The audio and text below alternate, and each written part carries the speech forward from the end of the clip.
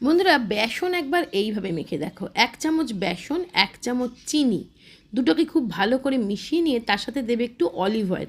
বন্ধুরা এই শীতকালে কিন্তু অলিভ অয়েল আমাদের স্কিনের জন্য ভীষণ ভালো।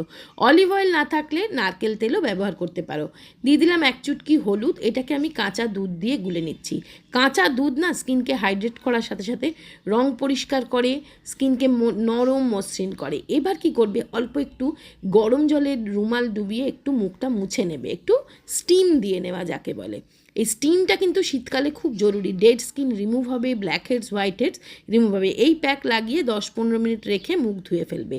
আর বন্ধুরা এই শীতকালে কিন্তু চুল ভিজে থাকলে খুব চুল উঠতে থাকে আর ঠান্ডা লেগে যাওয়ার চান্সও থাকে।